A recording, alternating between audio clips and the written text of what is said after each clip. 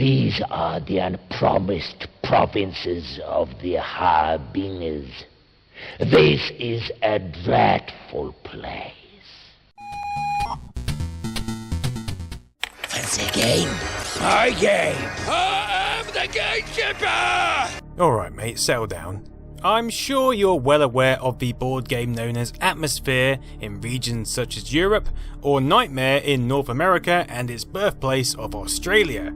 After all, those of us in the UK already had a Nightmare at the time, and it was good.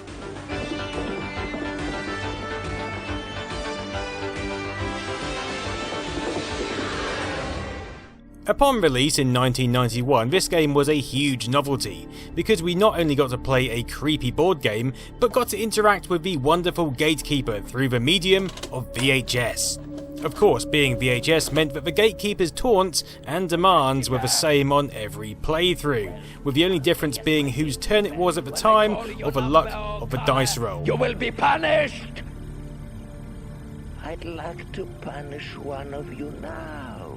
So, with multimedia on the rise and the home computer capable of wonderful things, ramming the board game into the CD-ROM format seemed a superlative suggestion.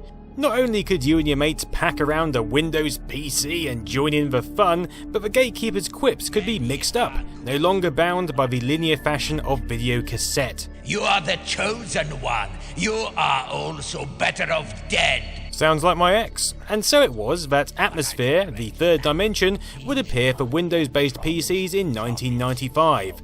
This is a dreadful place. The same year that Atmosfear's lineage of board game sequels was revitalised by the release of The Harbingers, a game with 6 interchangeable provinces fitting together to form a hexagon of the other side, with Wenanti Nashul making a welcome return as the Gatekeeper. It's actually this format that Atmosfear the Third Dimension is based around. Atmosphere. So, let's begin with the box. Developed by a couple of cowboys, Pty Limited, the company behind the original board games, and published by EMG Publishing, we have the familiar Gatekeeper's eyes to lure us in to this multimedia delight. We are told of eye-popping 3D SVGA graphics, multiple drop-dead dazzling environments, and non-stop monitor melting replayability. Each game experience is diabolically different. Yeah, they've tried to cram some appropriate adjectives in there, but it's not really working, chaps. The back greets us with a warning. The host of this game is not user-friendly, although I've always found him incredibly amicable, to be honest.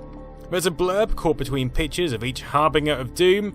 Inside is a double CD-ROM, one containing the game and the other an audio CD that you're supposed to play on a standard CD player to add atmosphere, if you don't mind the pun. It's also the backing music to this very video. Obviously you can't use your computer's CD drive whilst playing, as that's tied up streaming data, and no one had dual CD-ROM drives back in the 90s, unless you were, I don't know, someone who I dislike. This makes it feel like one of those old ZX Spectrum titles where the music was provided on a separate tape, mainly so you didn't have to hear the Spectrum beeper ruin those sweet, sweet arcade tunes. Each harbinger has a card with a map and key of keys. And of course there's a diabolically illustrated manual, diabolically good in this instance.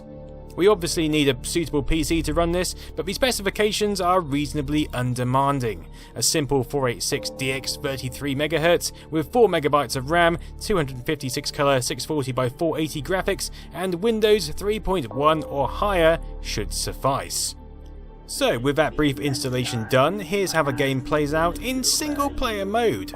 After setting the game time in minutes and the maximum time for each move in seconds, you then need to pick a box to receive a character. But who or what will you become? Then you pick your greatest fear, and you're thrust into your randomly chosen character's province. Your job then is to find a key, move on to the next province, find another key, and so on. Many are called, but few are chosen. He sounds like he's letting job interviewers down. If you choose to start with an easy difficulty level, you get no opponents, and you also have all your keys already. In this case, you simply have to wander into the centre of the board to face your fear. If the fear is the one you picked, you lose. If it isn't, then you win. I mean, that's pretty much it.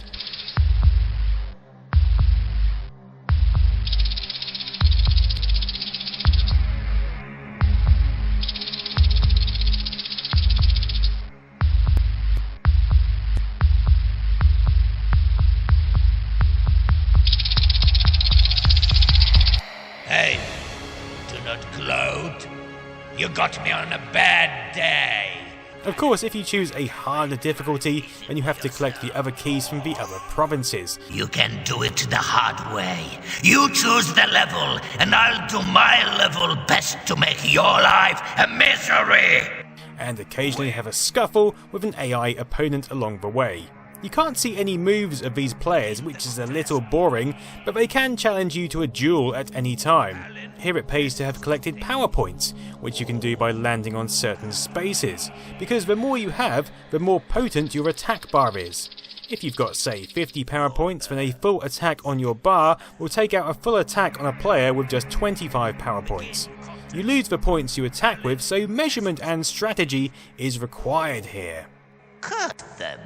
Then you can go back to collecting keys and getting the hell out of there. But of course, this is a game which is far more fun played with friends, even if you do have to huddle around a desk and share a mouse. Thankfully, Octavius Kitten of the superb YouTube channel Octavius Kitten dropped by for a game, and we had a bit of a nightmare of a time, if you don't mind the extra pun. What are you scared of? Who's next? 4, 5, 6, 7, 8. Yay! Right, shove. Because even with more players, it's no way as good as the board game. Oh, I can't turn around. Oh, there we go. Where was I? Hang on. What is happening? The CD loading times are terrible. The game says it needs at least a double-speed CD-ROM. I'm using a 24-speed one here, but even so, the loading is pretty slow. The game utilises pre-rendered FMV sequences to simulate gameplay, and each part is streamed from the CD. Sometimes turning around is painfully slow, or sometimes you just can't turn around, depending on possibly where or how you're standing, I don't know. You can't turn around. I can. You can't listen to him. He's calling you a twit. He said do it. No, he didn't. He said Do twit. it. You remember we specified a timer for your turn at the start of the game? Yeah, apparently that doesn't matter anymore. You can take as long as you want. It won't be the next player's turn until you whack that spacebar, kind of making that selection just a bit redundant. I can get to the key. Which way am I facing? All in all, it makes for a somewhat frustrating and tedious experience. The only good thing out of this is the Gatekeeper himself, but I can see how even he could become grating after a few games. Roll 1 die. And if you can roll a 1, you will receive a key. This is simulating the video, isn't it? Yes! I got a key!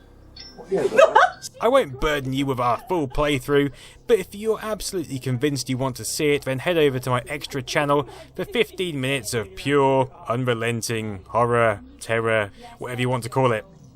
Anyway, thanks for watching. Have a great evening. I told you, it's probably because you're not at a junction. So I need to be at a junction? Yes. You're sure about this? No, that makes sense, doesn't it? Yeah, it does, because you need to... What? It You doesn't make need sense. you need to circle. You're not like a truck. You need to circle out into the junction and then come back round. Yeah, you do. But it loads so slowly from the CD-ROM that you don't know when you're turning.